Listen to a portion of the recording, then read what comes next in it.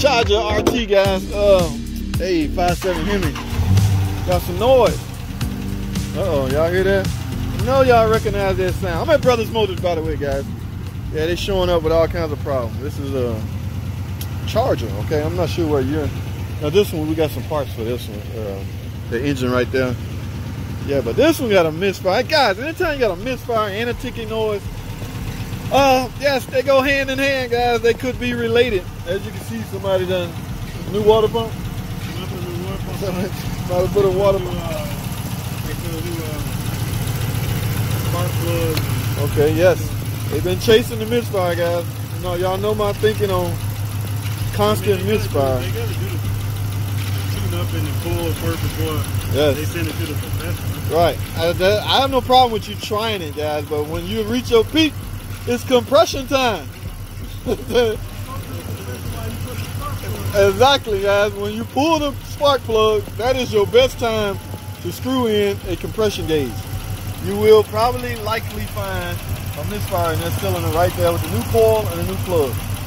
So typical Joe Blow can screw in spark plugs in a new coil. Alright, but doing a compression test can be a little difficult. Not difficult, but complex. Yeah. So now, guys, the proper way to do this is to tear it down. But because of our experience, pretty much know what we're gonna see. So now, should you go off on an early estimate and just give an estimate based off your knowledge or based off your history? It all depends. It all depends, man. Talk to your customer, grow a relationship with your customer. All right, and tell him, talk to him where we at. All right. From listening to this alone, I'm thinking you're gonna need lifters and a camshaft. I'm thinking the lifters collapse, right? Y'all know the history on the lifters. All right, the needle bearings. Get this, guys. The needle bearings inside of the roller bearings come apart, fail, collapse, just shatter in some cases. All right, a lot of people blaming it on the oil distribution. Very well could be. I'm not gonna take that away or take that notion away. Very well could be, but from my past experience, I've been getting away with just replacing parts with updated, revised parts. In other words, the lifter that we get for this car is going to be revised, better, stronger. All right, so that's the parts we recommend you going back in. You likely can't buy the lifters that's in this car. They're outdated, obviously, and you can't see the part number may be stamped on it, but at the end of that part number is going to be a revision number, revision letters. So always go with the highest letters on the end of a part number that represent revision. All right, so yes, this is a good car, man. If you invested in the car and it's a nice looking car, you might as well invest in fixing the engine. That's nothing to removing this intake, both valve covers, the water pump just put on. It's going to come off now, the housing. And y'all watch this video right here where my man, you do not, a lot of people, and I don't want to say that because I don't want to sound reckless, but there are ways you can get the cam out without, you know what I'm saying, if you go by the book. And I want to make this a personal preference on you if you decide to do it yourself, but we're going to get it out without damaging anything. That's the goal. Yes, shortcuts exist, but how you go by doing them is the key to success. All right, yes, you can get that cam out without doing a lot of work. So now, well, like I said earlier, guys, you should definitely tear the engine down, gauge the damage, and make your estimate based off of that.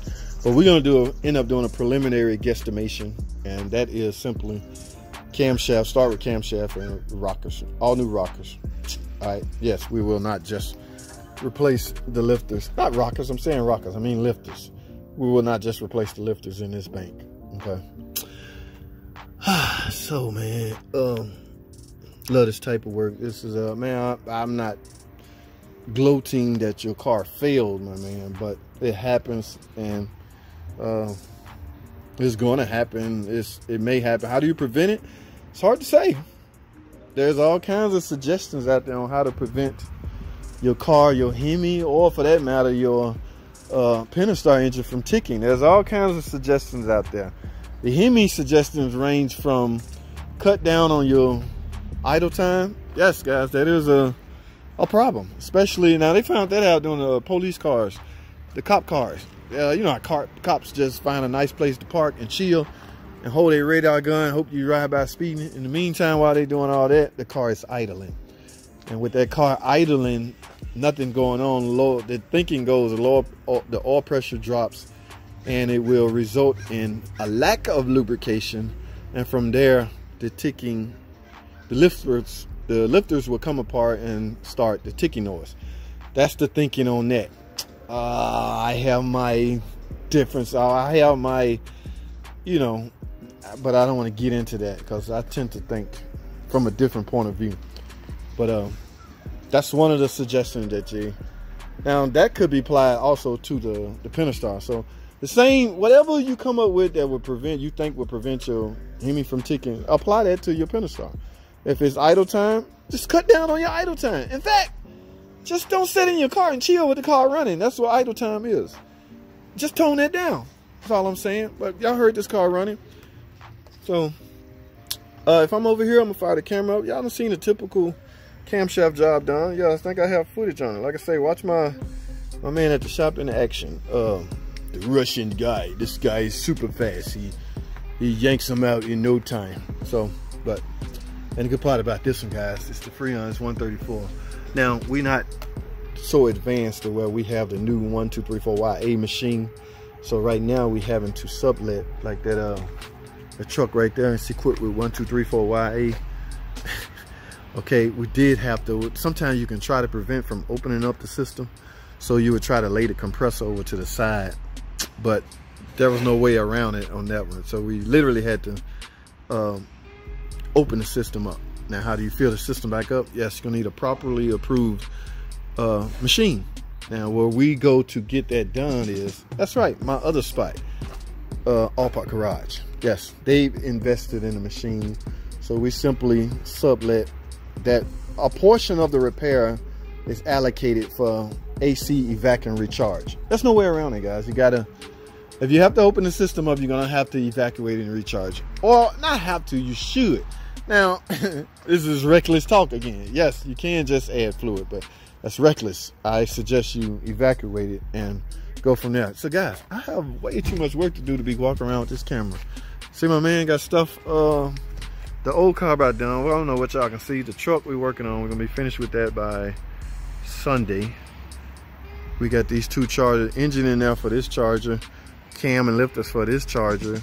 We busy, but we still got room for more, guys. So if y'all need any work, leave it in the comment. I will make sure and respond and get back to you guys. So for right now, let me get to work. That's all I have, guys. Thanks for watching.